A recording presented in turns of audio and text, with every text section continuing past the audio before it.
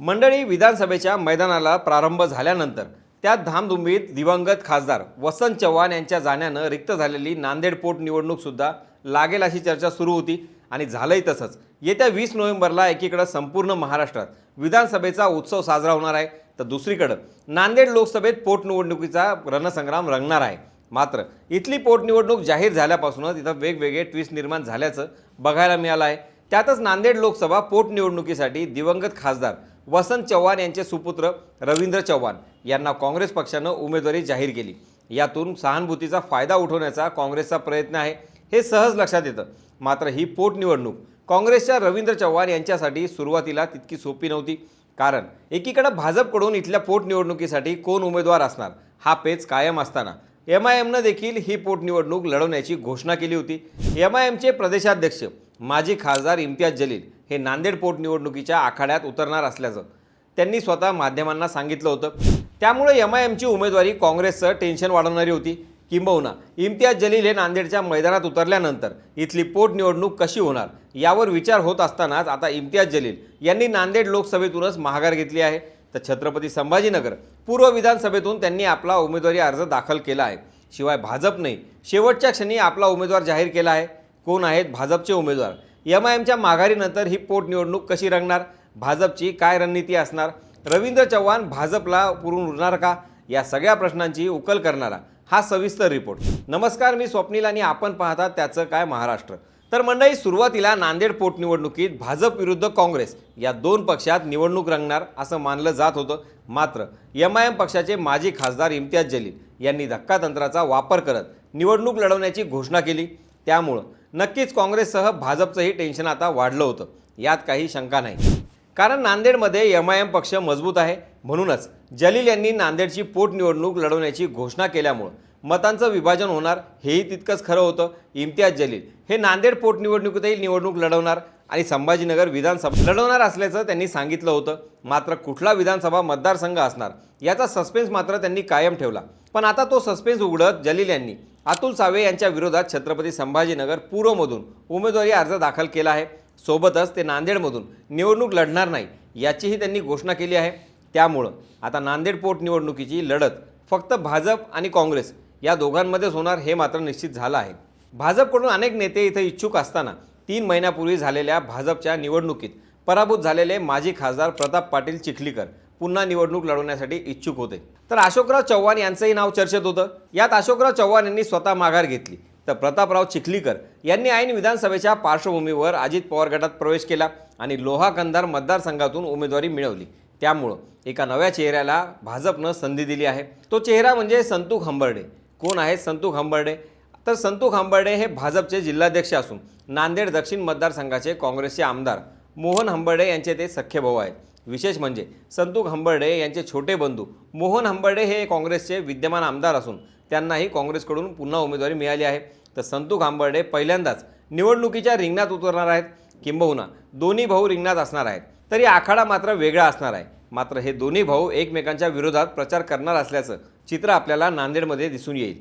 आता वसंत चव्हाण यांचे पुत्र रवींद्र चव्हाण यांच्याबद्दल बोलायचं झाल्यास 4 महिन्यांपूर्वी माजी मुख्यमंत्री अशोकराव चव्हाण हे काँग्रेस सोडून भाजपमध्ये गेल्यानंतर काँग्रेसचं काय असा प्रश्न उपस्थित करण्यात येत असतानाच वसंतराव चव्हाण यांनी शिवधनुष्य उचलून दंड थोपटले आणि लोकसभा निवडणूक जिंकली। त्यामुळं पूर्ण महाराष्ट्रात एक वेगळाच संदेश गेला। पण त्यांचा काळ अल्प ठरला आणि काळानं घाला घातल्यानं ते आज आपल्यामध्ये नाहीत। मात्र वसंतराव चव्हाण हे जरी आपल्यात नसले तरी पडत्या काळात दिवंगत खासदार वसंतराव चव्हाण यांनी काँग्रेसला सावरण्यासाठी जे परिश्रम घेतले त्याची जाणीव ठेवून काँग्रेसनं त्यांचे पुत्र रवींद्र चव्हाण यांना उमेदवारी दिली।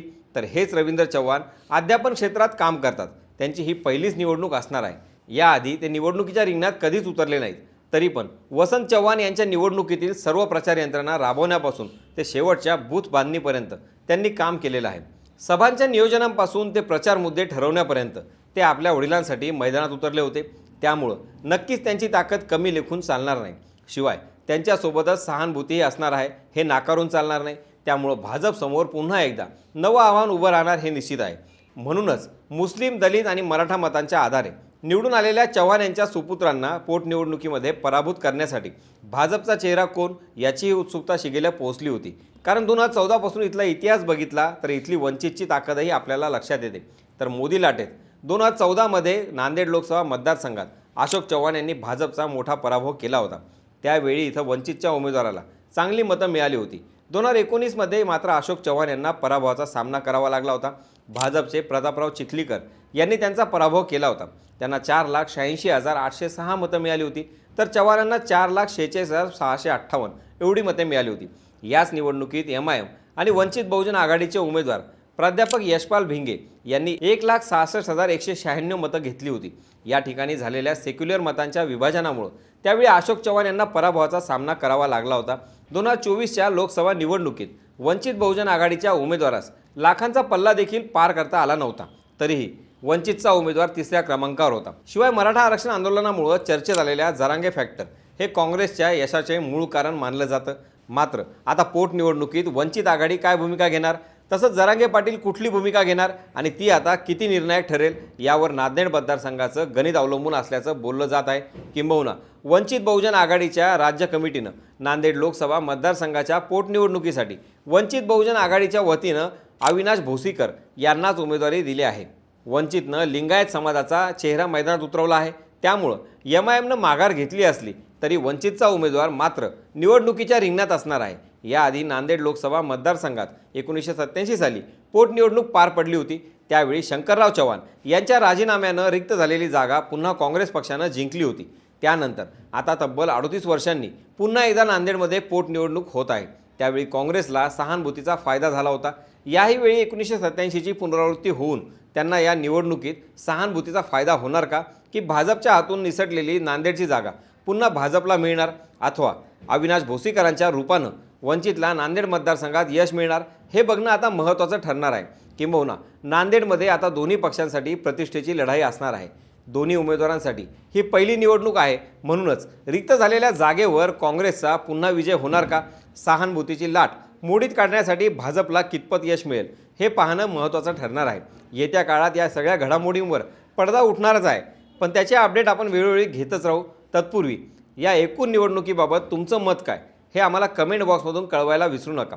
बाकी राजकारणाच्या आखाड्यात आपली नजर कायमच असणार आहे, तेव्हा कुठेही जाऊ नका. पाहत राहा, सबस्क्राईब करा. त्याचं काय महाराष्ट्र.